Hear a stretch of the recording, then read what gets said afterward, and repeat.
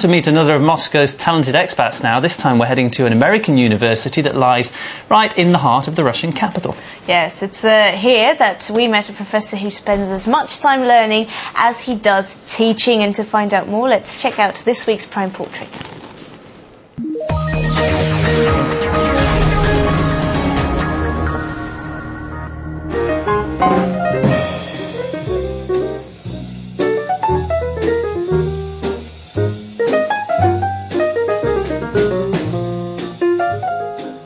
Hello, my name is Michael Glatt, and I'm the Vice Rector of Moscow University TOURO. We're an American university here in Moscow.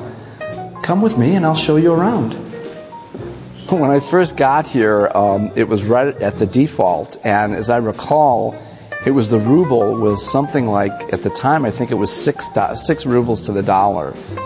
And then over a period of like 2 weeks, it just tanked and it plummeted to, I don't know what it became, like 2 weeks later it was like 20 rubles to the dollar. That was a pretty amazing thing. Children can enter into contracts.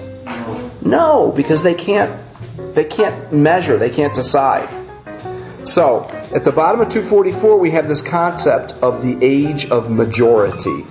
When you first start teaching here, when the students first come here, a lot of them are not used to the idea that they're expected to have opinions. They're expected to be able to articulate their ideas. They're expected to respect and acknowledge the opinions of others in the classroom.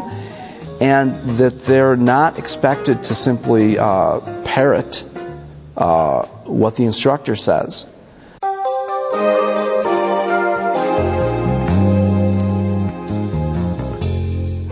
This is a beautiful spring day in Moscow at Chisty Prudy.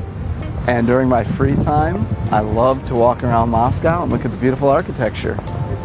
One of the big shocks was, and I found out about this just with no forewarning, was the hot water being turned off in the apartment. I'm not used to taking ice cold showers.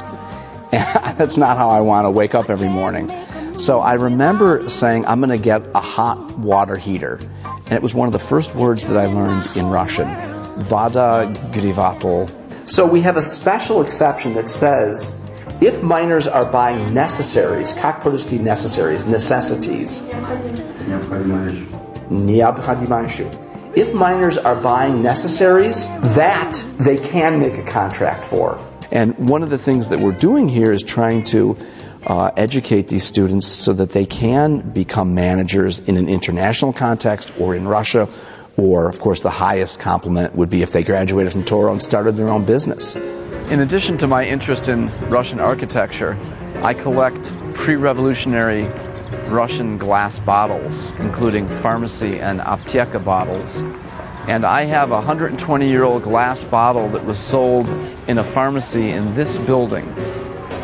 It's about 120 years ago.